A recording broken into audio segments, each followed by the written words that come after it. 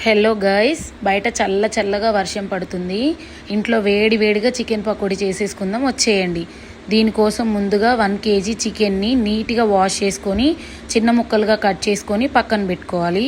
దీంట్లో తగినంత salt, 1 table spoon turmeric powder and 2 table spoons chilli powder, కరివేపాకు, జీడిపప్పు అండ్ 1 ఎగ్ బ్రేక్ చేసుకొని వేసుకోవాలి. దీంట్లోనే కొంచెం బియ్యపిండి, కొంచెం కార్న్ఫ్లోర్ వేసుకొని నీట్గా మిక్స్ చేసుకొని పక్కన పెట్టుకోవాలి.